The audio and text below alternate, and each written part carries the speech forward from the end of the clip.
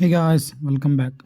So guys, ഇന്ന് നമ്മൾ വന്നിട്ടുള്ളത് നമ്മളെ കൗണ്ടറൊക്കെ പറഞ്ഞ പോലെ തന്നെ ലോങ് ബോൾ കൗണ്ടർ LBCക്ക് പറ്റിയ ബെസ്റ്റ് ഫോർമേഷൻ. നമ്മൾ ക്വിക്ക് കൗണ്ടറിൻ്റെ ചെയ്തപ്പോൾ പറഞ്ഞിരുന്നു LBCൻ്റെ കൂടെ കിട്ടുമെന്ന്. സോ നമ്മൾ ഇന്ന് LBCയുടെ ബെസ്റ്റ് നമ്പർ 1 ഫോർമേഷനാണ് പറഞ്ഞുതരാൻ പോകുന്നത്.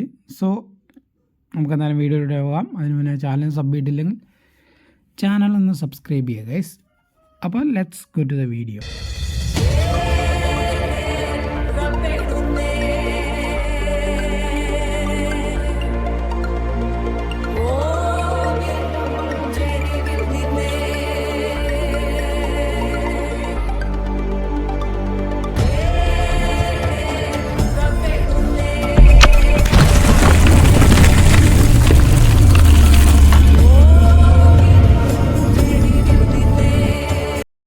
അപ്പോൾ ഗൈസ്, LBCക്ക് പറ്റിയ ബെസ്റ്റ് ഫോർമേഷൻ എന്ന് പറയുന്നത് അന്നും ഇന്നും എന്നും ഒരു ഫോർമേഷനാണ് ഇപ്പം മെയിനായിട്ട് LBCക്ക് പറ്റിയ ബെസ്റ്റ് ആയിട്ടുള്ളൂ.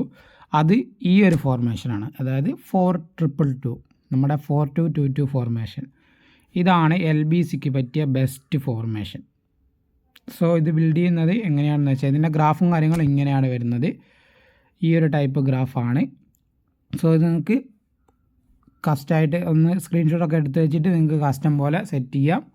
ഓക്കെ, അപ്പോൾ പ്ലേയേഴ്സ്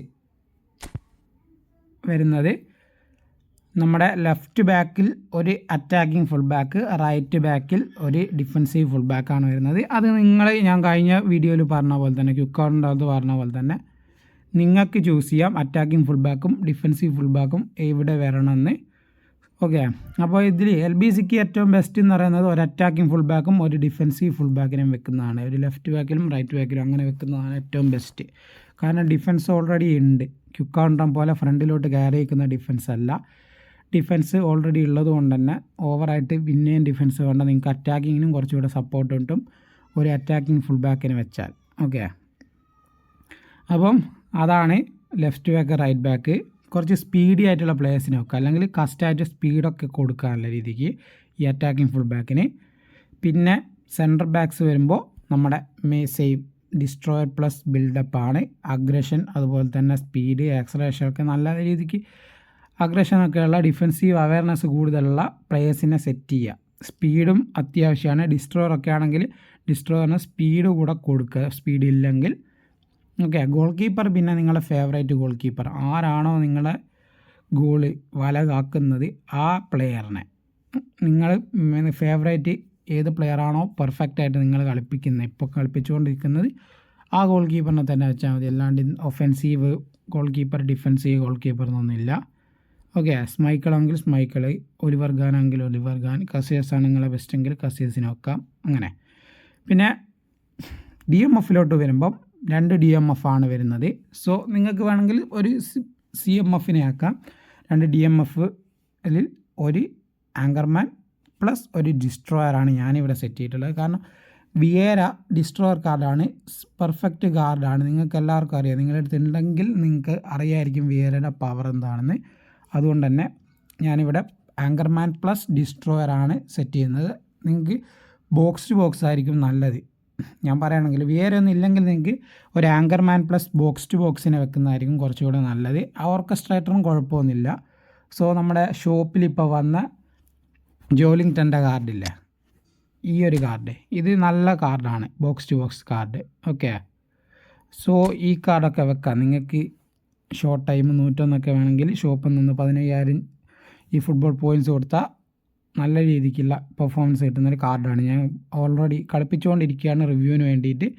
അത്യാവശ്യം നല്ല കളിയൊക്കെ കളിക്കുന്നുണ്ട്. 15 മാച്ചിൽ നിന്ന് 17 അല്ലെ 7 ഗോളൊക്കെ അടിച്ചിട്ടുണ്ട്. Box to box card. അതും AMF കളിപ്പിക്കാം നിങ്ങൾക്ക്, DMFിൽ CMFിലൊക്കെ കളിപ്പിക്കാം. പിന്നെ AMFലോട്ട് പോകുമ്പോൾ creative play maker plus hole player ആണ് നല്ലത്. ഞാനിവിടെ creative play maker plus roaming flank, നമ്മുടെ ഈ മെസ്സിയുടെ കാർഡാണ് യൂസ് ചെയ്യുന്നത്. കാരണം ഈ മെസ്സി കുറച്ചുകൂടെ നല്ല കാർഡാണ്, നല്ല സ്പീഡുണ്ട്, ആക്സലേഷൻ ഉണ്ട്, എല്ലാം ഉള്ളൊരു കാർഡായതുകൊണ്ട് ഞാൻ മെസ്സിനാണ് യൂസ് ചെയ്യുന്നത്. നമുക്ക് ഇവിടെ ഹോൾ പ്ലെയർ അല്ലെങ്കിൽ നമ്മുടെ ക്ലാസിക് നമ്പർ 10, 2 ക്രിയേറ്റീവ് പ്ലേ മേക്കറിനൊക്കെ യൂസ് ചെയ്യുന്നത് നല്ലതാണ്. പക്ഷേ ഒരു creative play maker plus hole player ആണ് നല്ലത്. പിന്നെ CFലോട്ട് പോകുമ്പോൾ ഒരു ഗോൾ പൗച്ചറും ഒരു 2 ഗോൾ പൗച്ചേഴ്സിനെ യൂസ് ചെയ്യാം. ഞാനിവിടെ നമ്മുടെ നെയ്മറിൻ്റെ ഈ ക്രിയേറ്റീവ് പ്ലേ മേക്കർ കാർഡാണ് യൂസ് ചെയ്യുന്നത്. ഇത് നമുക്ക് ഫ്രീ ആയിട്ട് കിട്ടിയ കാർഡാണ്. ഫ്രീ ആയിട്ട് കിട്ടിയ കാർഡാണെങ്കിൽ പോലും നമുക്ക് നമ്മുടെ കോസ്റ്റൊക്കെ ഒരു കാർഡ് ഫ്രീ ആയിട്ട് കിട്ടിയില്ല. ആ ഒരു ടൈപ്പ് ഒരു കാർഡ്, ആ ഒരു ഹൈ ടൈപ്പ് ഒന്നുമില്ല, പക്ഷേ നല്ല രീതിക്ക് കളിക്കുന്നൊരു കാർഡാണിത്. നിങ്ങളെ അടുത്തുണ്ടെങ്കിൽ ജസ്റ്റ് ഒന്ന് യൂസ് ചെയ്ത് നോക്കാം. ക്രിയേറ്റീവ് പ്ലേ മേക്കറാണ്, അതുകൊണ്ട് തന്നെ നല്ല രീതിക്കുള്ള ഇമ്പാക്റ്റ് ഗെയിമിൽ CFൽ കിട്ടുന്നുണ്ട്.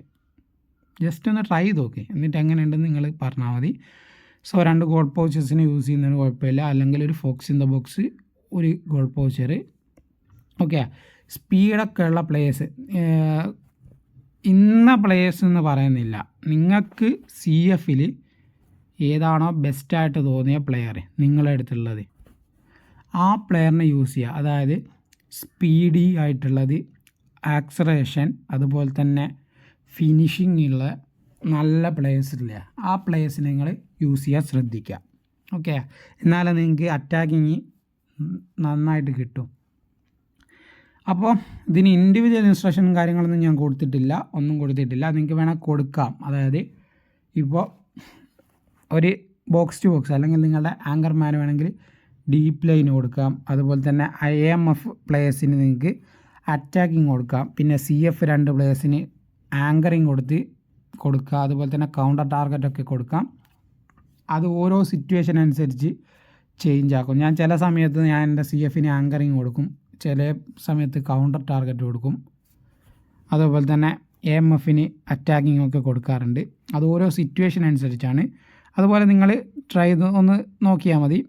അപ്പോൾ ഫോർമേഷൻ നിങ്ങൾ ജസ്റ്റ് ഒന്ന് ട്രൈ ചെയ്ത് നോക്കുക. 5-6 കളിയൊക്കെ കളിപ്പിച്ചിട്ട് ഫസ്റ്റ് 2 കളിയൊക്കെ ഈ ഒരു ടൈപ്പ് ഫോർമേഷൻ കളിക്കാത്തവരാണെങ്കിൽ നിങ്ങൾക്ക് ഒരു ഇത് തോന്നില്ല, ഒരു ഇഷ്ടം, ഒരു സെറ്റാവുന്ന പോലെ തോന്നില്ല. പക്ഷേ ഒരു 3-4-5 കളി തുടർച്ചയായിട്ട് കളിച്ചാൽ നിങ്ങൾക്ക് ഈ ഫോർമേഷൻ പെർഫെക്റ്റ് ആയിട്ട് തോന്നും. നിങ്ങൾ ട്രൈ ചെയ്ത് നോക്കുക, എന്നിട്ട് കമൻറ്റും കാര്യങ്ങളും അറിയിക്കുക.